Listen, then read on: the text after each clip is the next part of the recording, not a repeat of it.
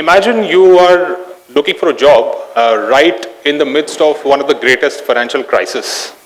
Right? This is 2008, 2009. And most hiring managers then tell you that forget about there being any openings, there are actually job cuts happening. Right? And they're not just in thousands, millions of them. Right? In that moment, not many people will have any hope left. It's pretty despairing times. The same must have been felt by Alec Brownstein. Alec Brownstein was a person who was looking for a job in the middle of a great financial crisis. It was to his utter dismay that he figured out there's not a single job opening there. So what he did was, he didn't lose hope. He decided to do something creative. And the way he did it ensured that he got multiple job interviews and multiple offers from companies when most other people didn't get a single job. Before we deep dive into what exactly Alec Brownstein did, I would like to give a prelude to it. So all of us know this saying that death and taxes are certain in life, right? But to an extent, you can avoid taxes if you get in touch with the best financial brains in the country, and you can also delay the inevitable of death, right? But all problems are pressing. You can't escape them, you can't delay them.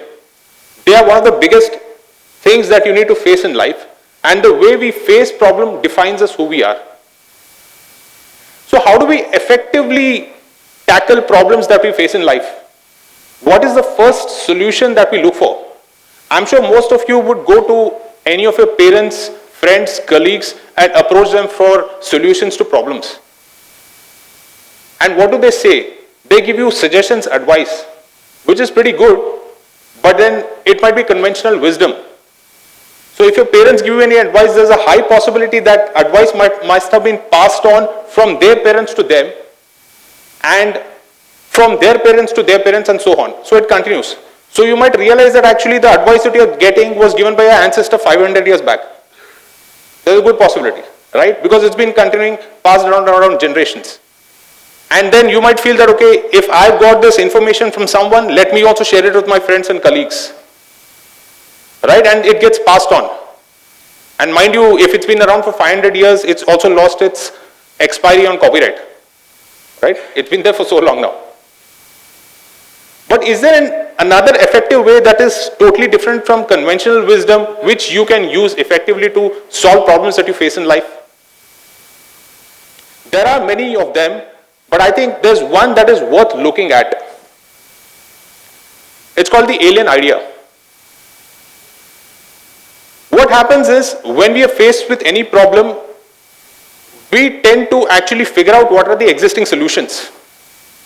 And when we look at those existing solutions, what we then realize is that any new idea that we come up with is obviously around those solutions that already exist. Because our brain is wired in such a way.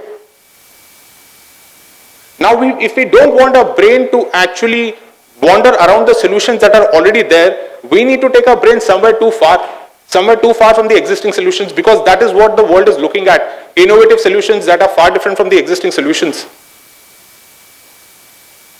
You must believe that you are capable of generating an idea which this world has not seen, which somebody from outside this world has brought this idea. And that's why it's called the alien idea. Now, coming back to what Alec Brownstein did was, he actually figured out that he needs to get in touch with the top management of companies to ensure that he makes a good impression. But it's not easy, right? Can you get in touch with the top management of any companies you're applying to?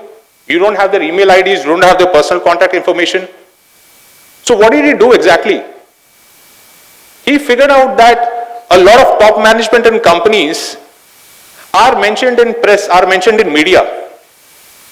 And what these people do is they want to know that where are the places we are mentioned, and these people normally Google themselves every other day. They Google their own names.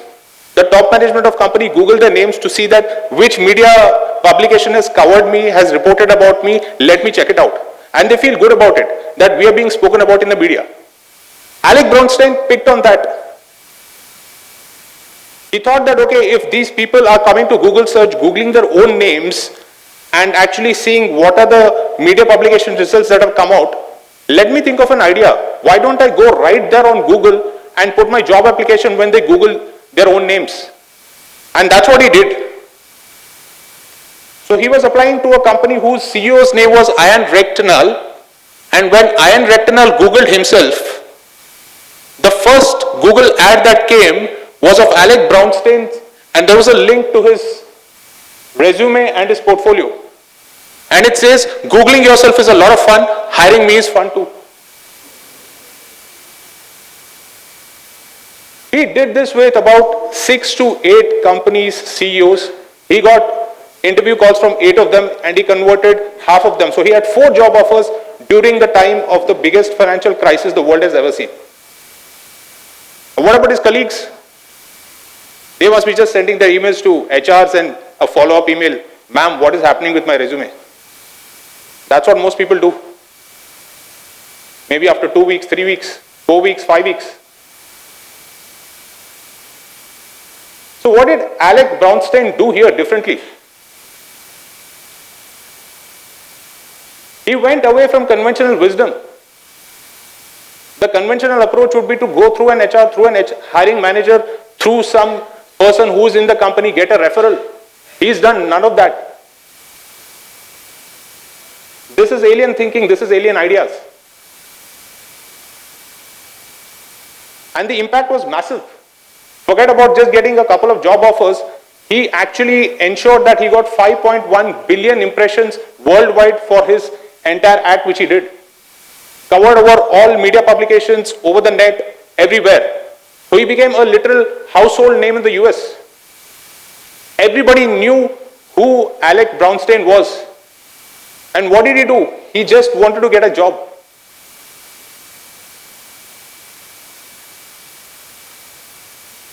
Before Alec Brownstein, there was another young man who did something similar. So let me take you away from job searches and all, because it's anyway stressful.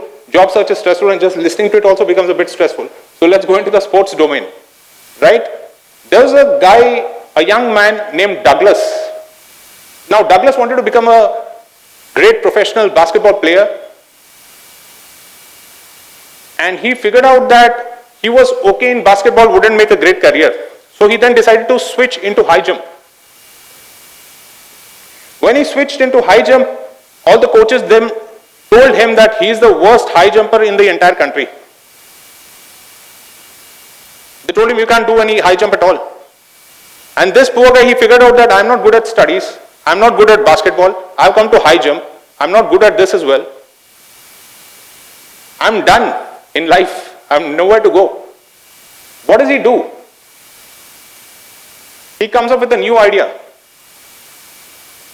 Since the start of the 19th century, there's only been 1 or 2 ways in which most professional athletes make a high jump. And that's been the standard practice for about 70 years. Douglas, for the first time ever, makes a jump which nobody has seen before. And he's subjected to a lot of ridicule. He becomes a laughing stock that what is he even trying to do? Until he stuns the entire country and wins the national championships.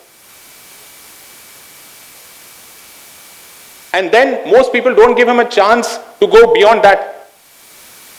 He goes on to win an Olympic gold. He breaks the Olympic record. His name is Douglas Fosbury, and he's the guy who's come up with the Fosbury flop. In high jump, the only way until then was to go straight and jump over the bar. He was the first guy who turned around and jumped over the bar backwards. No conventional wisdom would have told him to do this, but he still did it. And since the moment he did this, from that moment, people just left all other ways of jumping in the high jump. This is the standard jump now which most high jumpers follow. And when he did it for the first time, he was subjected to a lot of ridicule.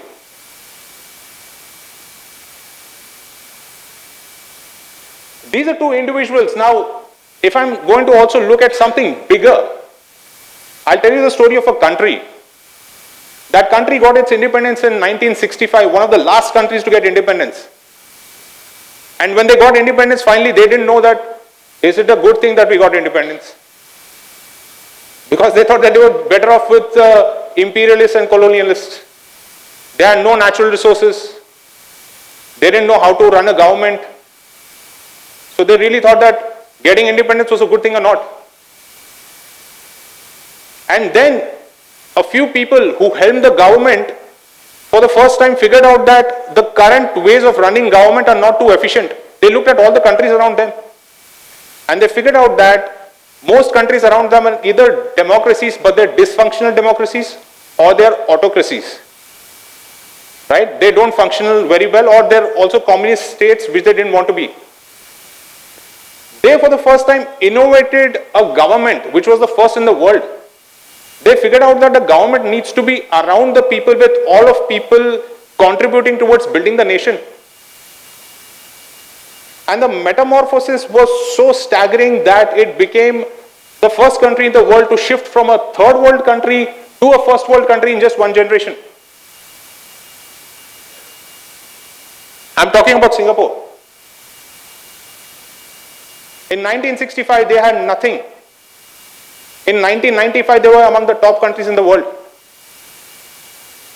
What do most countries think of? Okay, there's another country which is right beside me, it's my neighboring country, let me see how they run their government and let me copy from that. That's conventional wisdom. Singapore never followed that. They innovated the style of government there.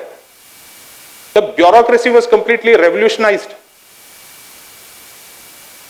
That's the power of alien thinking, where ideas which no longer exist in the world are not existing in the world. You are coming up with a new idea which nobody has heard before of. So to also give you an example of what Tom Goodwin, a consultant with top companies, has told, that how alien thinking influences you in a way is that it actually ensures you go somewhere out. To cite an example, if you have to design something to sit upon, and you know that something to sit upon is a chair, your mind will always be around the chair itself, the design of a chair. You'll think that there have to be 4 legs in it. Maybe I can just raise the height a bit. Maybe it can be a stool, maybe it can be a small chair to sit upon, something, maybe broaden it or whatever. But what if you do an alien thinking? You come up with a beanbag.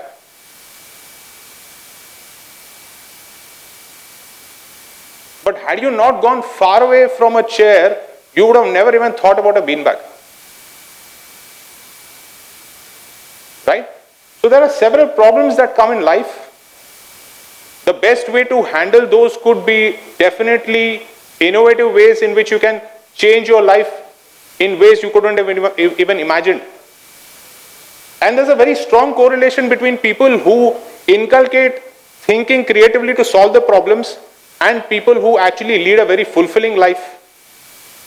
There's a very strong correlation. And what's the reason? The reason being that if you solve most of your problems in a creative manner, you take a lot of stress out of life. And if you take a lot of stress out of life, because you're happy about the solutions that you have come up with, those are innovative solutions, you live a longer life. That's a strong correlation. So the next time you face any problem and you feel that I don't have a solution to it and you give up, just like the thousands and thousands before you must have given up, wait until you feel that regret, that one person who won't give up and will come up with a life-changing idea. And then you'll realize, I should have also thought something like that. But if you don't want to be that person, the best way to do is you yourself think for that life-changing idea. Thank you.